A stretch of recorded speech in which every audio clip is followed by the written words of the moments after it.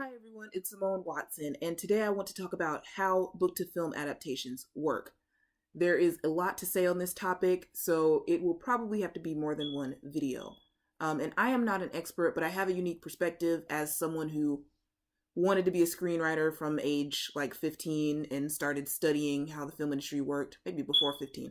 I started studying how the film industry worked. I took some classes on it in college, and in the recent year and a half, since I was like 22, I have been studying how the publishing industry works because I'm an aspiring author and editor. You're no longer aspiring on the second one. Okay. So for now, I'm just gonna tell you kind of the basics of what I know. So if you are watching my channel, you may be a writer, or you may be a reader. So you may know a little bit about how the publishing industry works, but I'll kind of give you a small rundown of this, right? So author Mary, or writer Mary, she's not an author yet, I guess technically. Writer Mary writes a book. She queries and gets an agent named Agent Jessica. I'm just making up some names, okay? Agent Jessica takes the book, she sells it to editor Sally, who works at a publishing house, and then publishing house takes this book and publishes it. Now, when you get a book deal, there's something called subsidiary rights. These are the rights to things other than the actual book in English. Like if you're in the US, your book is probably in English. So these are rights to things other than the English version of your book. So subsidiary rights include foreign rights, where people will take your book and they'll sell it in other places. Actually, yes. So the English version, but also the English version in the US, a lot of times the publishing company may not have the rights to publish it in other places. So anyway, the rights to publish your book in other places, but also film rights. Film rights are one type of subsidiary rights, okay? Depending on the deal that Agent Jessica and editor Sally have worked out, and that the publishing house has agreed to, and that author Mary has also agreed to. Depending on that deal, author Mary may still own the film rights to her book, or the publishing house may own rights to that book. It just depends on how the deal worked, okay? So if I'm over here, I'm film producer Joe. I'm a woman, but let's call myself Joe, like Josephine, okay? I'm film producer Joe. If I want to buy the film rights to that book, if author Mary still has the film rights, then I have to negotiate through that agent. But if the publishing house has the film rights, then that's a different situation, okay? So let's hold on to that for a second. Now let's talk for a second about how the film industry works. What I'm going to say is this is how the film industry, for the most part, worked from about 50 years ago to about 10 years ago. It is changing now, sort of, because the major film studios have a lot of, what is this called? I forgot if there's a technical term for all of this, but sequels, remakes, reboots, and adaptations, a lot of those are happening. But I will tell you how it works other than in the case of sequels, remakes, reboots. So I will tell you how it works in the other case, okay? So over here we have, I was going to say screenwriter Joe, but I already said producer Joe. So let's say we have screenwriter Jeff, okay? We have screenwriter Jeff.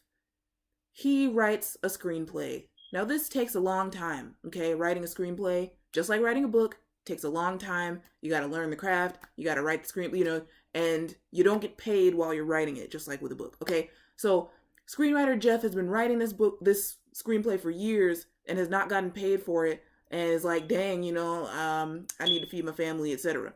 So screenwriter Jeff sends, I don't know if this is called a query in the film industry because I can't remember, but he sends his screenplay to literary agents. Yes, there are literary agents in the film world. They represent screenwriters. Sometimes they represent directors and stuff as well, but it's a little bit different. Most of them don't do books, and most book literary agents don't do films, if that makes sense. Okay, so screenwriter Jeff has this screenplay.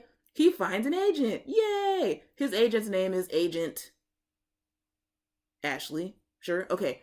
So Agent Ashley, she knows some people in the film industry. So she goes to her friend, producer Ambrose. Sure. She goes to her friend producer Ambrose and is like, hey, my screenwriter over here, he has this great script. Also, sorry, this is called a spec script.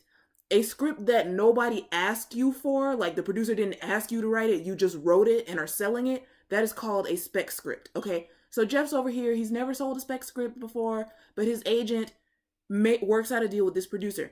Here's an important part, you guys.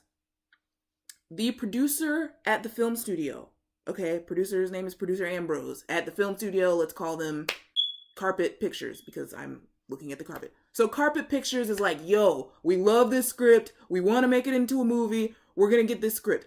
This is the important part, you guys. Carpet Pictures pays money to screenwriter Jeff. At the time when I was researching this in high school, so about 2010, they said the average would be about $300,000. If Carpet Pictures is a major film studio, such as like Disney and stuff like that. There are only like 6 major film studios, or 8, depending on the day. Anyway, if Carpet Pictures is a major film studio, they will pay screenwriter Jeff $300,000 to get his screenplay. But this is the part that is going to become important when we go to the book to film adaptation part of this, okay? The important part is that screenwriter Jeff has no clout in the industry, and he has sold his screenplay completely. Therefore, he has no say in anything that happens after the screenplay has been sold. He takes the money and he gets out of there, okay? He's got the money, he's out of there. Now, if he had more clout in the industry, would he be able to negotiate to possibly be the director? Maybe. We don't know. But he is a first-time screenwriter. He's probably not going to get a deal to be the director, just depending on how the terms work. He probably is only going to get the deal to be a screenwriter. So he gives them his screenplay, he gets the money, he's gone, he's out of there, he's done. At that point in time, the producers will hire a director, they will cast the film, they will do all of these things, and screenwriter Jeff will have no say in that because he already sold the screenplay. And so this becomes important when we talk about authors and, book to film adaptations, because sometimes fans, and, myself too, sometimes we want authors to be involved in the decision-making process of their films.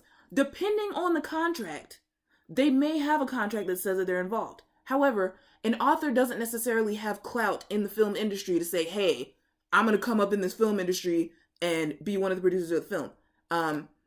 There are some exceptions, okay? But a lot of times the author is not really involved in the filmmaking process. A lot of times the author has sold the rights to the book and the author is like, hey, I'm getting out of here, And I'm not saying, when I say that Jeff and that the author Mary, when I say that they're like, hey, I'm getting out of here, I got the money, I'm not saying that it's all about money. It's not all about money, okay? It's about the craft, okay? Screenwriter Jeff loves writing screenplays. As a matter of fact, he's going to take that money, he's going to pay for his house or his whatever he has to pay for, and he's going to keep writing screenplays, okay?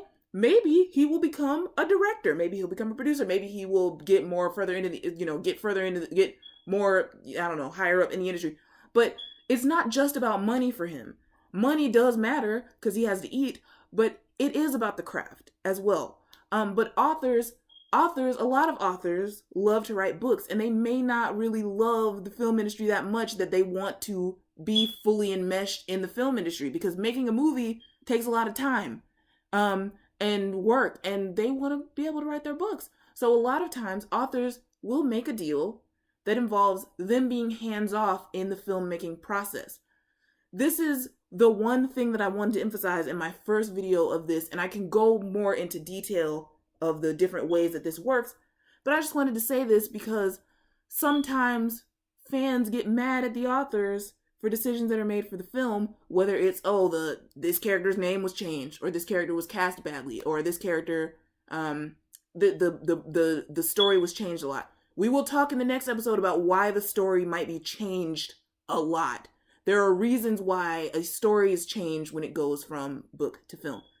But right now, I just want to emphasize that a lot of times the author does not have a say in how the film is made. The author may not necessarily want to say in how the film is made because the author is trying to still write books. And the author may not be able to get a say in how the film is made because the author is over here without that much negotiation power to become a producer or something on the film and have a say in how the film is made. So I just want to emphasize this to you before you get upset with an author about decisions that were made for that author's film. Okay? So yeah, again, we will go more into detail here later. And if you have any questions, please feel free to leave your questions below. But this was just episode 1, and there's so much more in this topic. Thank you so much for watching. Bye.